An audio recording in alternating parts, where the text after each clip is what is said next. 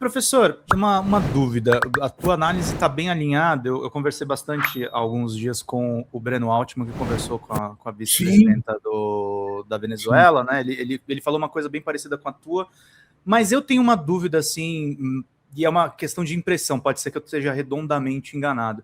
Eu viajei para os Estados Unidos, os dois países a trabalho, e fui para a China por 10 dias. O que o Breno falou é que é o seguinte, é o que você falou da questão do arsenal nuclear, né? Os Estados Unidos ainda são, de fato, um império global. Sim. Mas é uma dúvida que eu tenho.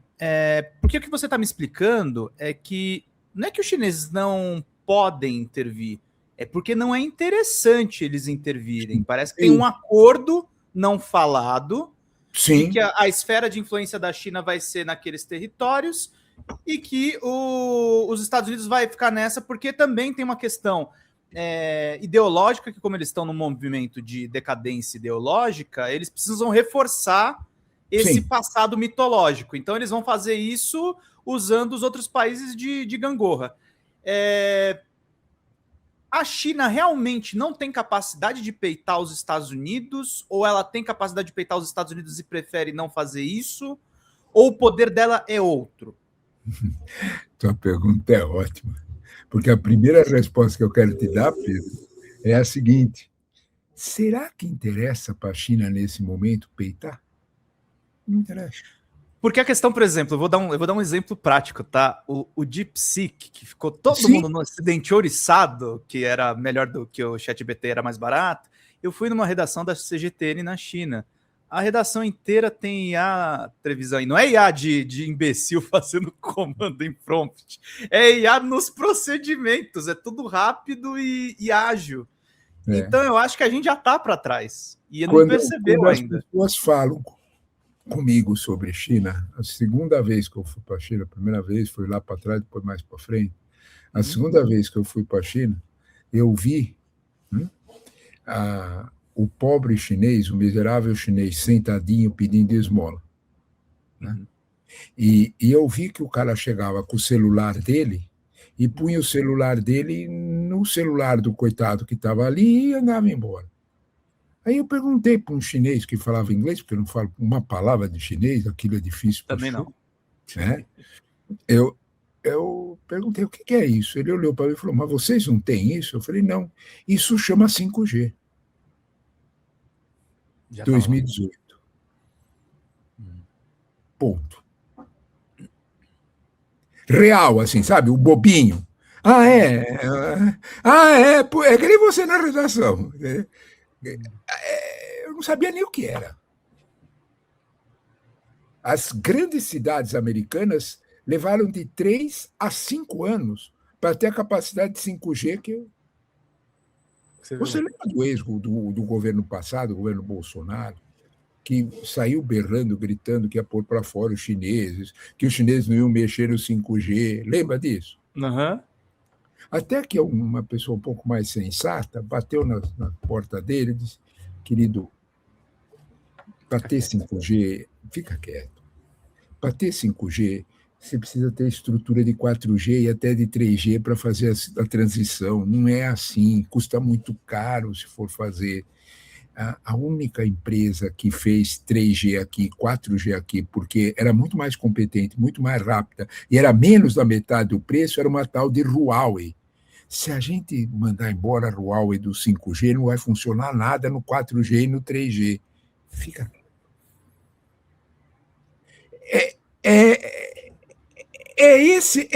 É disso que nós estamos falando.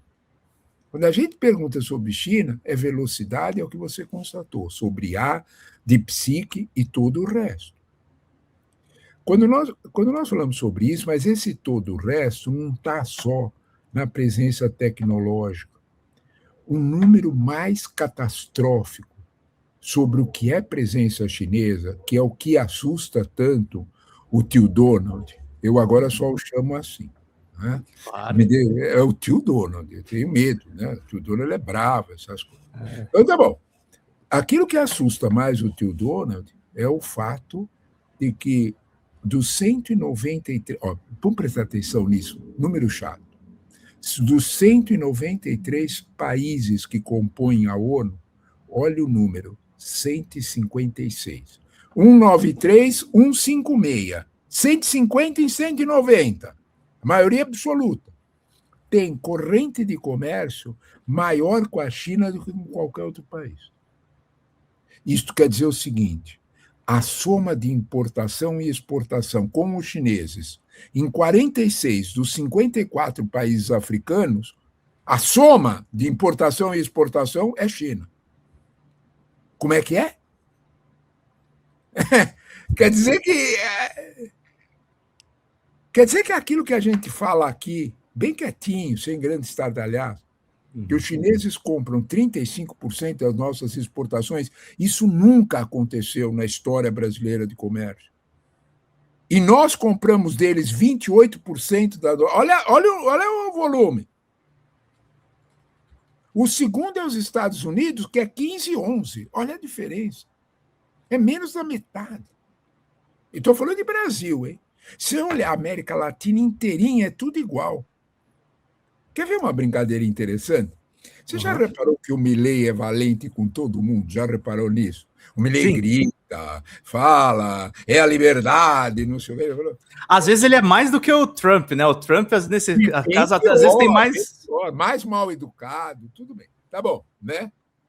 A minha tia-avó, que era brava, dizia menino mal educado, né? Diria isso. Tá bom. Bocudo. Bocudo, exatamente. Menino bocudo. Precisa lavar essa boca antes de falar palavrão. Tudo bem, tá bom.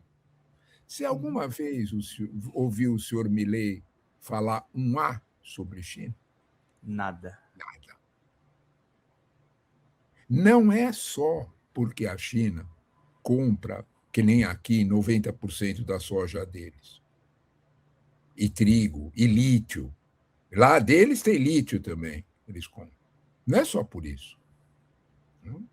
É porque lá atrás, quando ele tinha 3 meses de governo, e o Fundo Monetário Internacional e os bancos americanos disseram, vai quebrar isso aí, e, portanto, o decreto default e acabou.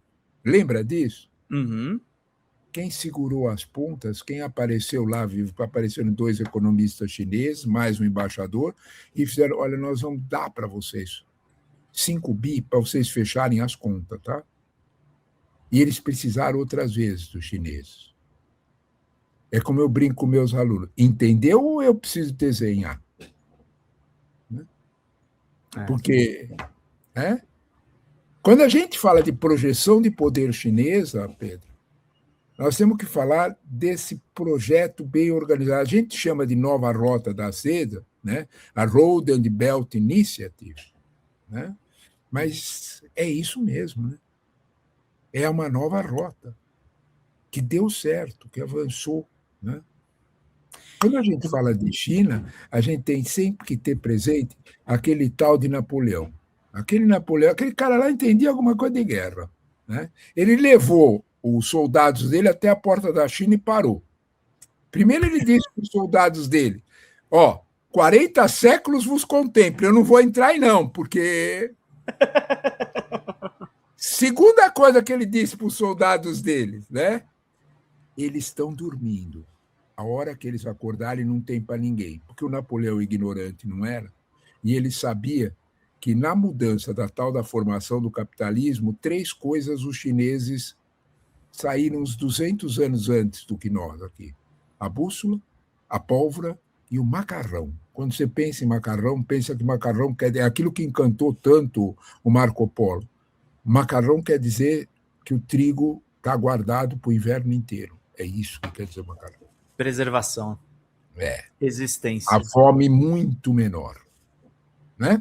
Então, quando você olha para essas coisas, que no Ocidente eles sequer sabiam para que servia, os chineses já tinham.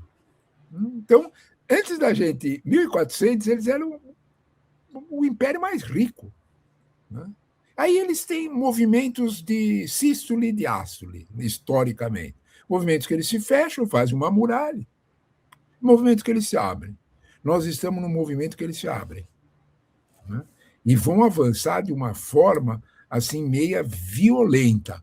porque não tem muito mais o que pensar sobre eles. Mas eu queria comentar uma coisinha contigo antes da gente fechar, que eu acho importante o que você Vai lá, falou. professor. E a China ocupou todo o nosso espaço, que, aliás, está justo. Cuba, quando a gente olha para Cuba, Cuba é o alvo, não é Venezuela. Venezuela produz menos de 1 bilhão de barris de petróleo dia. Isso significa... O que a Venezuela produz, 900 mil, menos de 1% do que o mundo gasta. O problema é que a Venezuela era que nem a China para o Irã. A Venezuela era a única que mantinha Cuba funcionando. Eles quiseram cortar os 30, 40 mil barris de petróleo dia que a Venezuela literalmente dava para Cuba. E aí eles falaram, porque eles querem destruir a ascensão. Não. Não olha assim que está olhando errado. O que tem por trás disso chama-se eleições. Tanto essas daqui de midterm, como principalmente as que vai a choradeira dele do impeachment. Ele está morrendo de medo, né, de perder essas eleições e, portanto, ele precisa saber exatamente o que fazer com os estados pêndulos. Sabe aqueles 6 estados que decidem eleição? Sim. De novo, a Economist. A Economist fez uma matéria maravilhosa. A edição é de 9 de novembro do ano passado, mostrando, né, que quando a gente olha para as pesquisas, tanto do YouGov como da Atlas Intel, elas mostram 2 coisas. Os latinos não querem uma outra guerra, mas eles têm, os latinos que estão nos Estados Unidos, eles têm uma certa ojeriza a Cuba. Eles imaginam que todo o ódio para cima deles vem por causa de Cuba. Se ele conseguir colapsar o regime de Cuba, ele garante esta eleição e provavelmente ele consegue dominar a sua sucessão. Deu para entender por que é Cuba? Não tem muito a ver. Ele está pondo ordem no quintal, mas ordem para ele ganhar. Ordem entre aspas, é para benefício próprio, né? É para benefício. É só. Cuba não é um assunto da doutrina Monroe. Não é isso. Cuba, a função de Cuba é ganhar a eleição. É ter narrativa, é ter discurso, é convencer o latino, que é de direita, isso é meio estranho, mas é assim nos Estados Unidos. Você imaginar um imigrante pobre, né? Complicado, mas tudo bem, ele é de direita. Esse camarada vai dizer, esse governo foi único, por 60 anos, já imaginou a publicidade? Claro. Nunca ninguém fez, eu fiz. A razão de Venezuela, claro, tem petróleo. Meu caro, o petróleo da Venezuela não precisava esse estardalhaço todo para ser dos americanos. E já estava sendo dado por outras vias pelo comércio, né? A Chevron estava lá de antes. O circo é de outra natureza. É impedir, é forçar um colapso de Cuba. Né? Eu acho que isso fica mais ou menos claro. Isso não é minha opinião nem tua. Né? Eu repito que a Economist já vem dizendo isso desde novembro. A gente aqui não leu. A gente tinha que prestar atenção nisso. E eu fico em dúvida se vai dar tempo, né, professor? Porque tá em cima. Olha, eu vou dizer uma outra coisa para você que é o que eu acho mesmo. Aí é eu. Isso é o que o Trump acha. Isso, como ele também pode, como ele tem direito de achar, eu também tenho. A gente também. Eu também tenho direito de achar. Ele não é o primeiro que subestima a cacunda, as costas, a força, a espinha dos cubanos. Ele não é o primeiro. Teve vários, incluindo o mafioso, incluindo a invasão de Cuba, pela máfia. Baía de Porcos. Baía de Porcos. Então, portanto, não é novo para Cuba. Eles vão passar fome. Tá bom. Eu acho que é muito sonho de noite de verão que o Trump, do jeito que ele está, ele vai conseguir quebrar e botar os cubanos de joelho. Eu acho que é sonho de noite de verão. É melhor pensar bem sobre isso. Né? A própria América Latina em si, né? Esse negócio de doutrina Monroe em 26... A América Latina é muito complexa. Imaginar que a Colômbia... a gente não ganha num confronto direto, não tô dizendo isso. De maneira ninguém, nenhuma. China. Ninguém nem quer isso. E nem quer. Não é essa a questão. Imagina as contradições sobre o nosso querido Maduro. O Lucas, por exemplo, está falando aqui, para mim não está claro que os Estados Unidos ganham com ele. Não é os Estados Unidos, é o Trump. É o Trump, Esse é o problema. Isso, meu caro, o rapaz que escreveu aqui. Isso mesmo, bem ter notado, né? É exatamente isso. Não é os Estados Unidos não ganham nada. O povo norte-americano vai continuar na mesma situação. Nem as petroleiras. Você viu que as petrolíferas avisaram? Não vai dar, querido. Não queremos. É caro demais. Vai levar muitos anos. Não queremos. Né? Então, portanto, quando a gente olha para esse quadro, talvez a gente esteja olhando uma certa pressa. Né? Talvez ainda tenha muita água para passar debaixo dessa ponte, Pedro. Vamos com calma. Esse não é o primeiro que subestima a resistência dos cubanos. Vamos devagarzinho. Vamos esperar até o fim do ano. Aí a gente volta a conversar.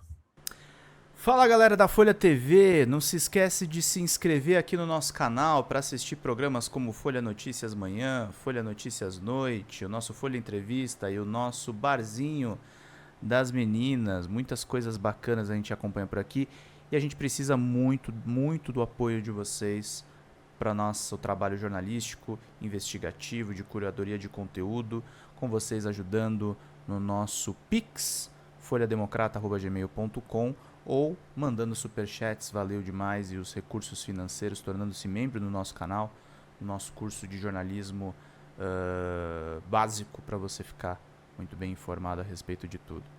Queridos e queridas, muito obrigado pela presença de todos vocês. Vida longa e próspera. Cuidem-se, cuidem dos seus, e não esquece de se inscrever aqui na Folha TV. Até mais!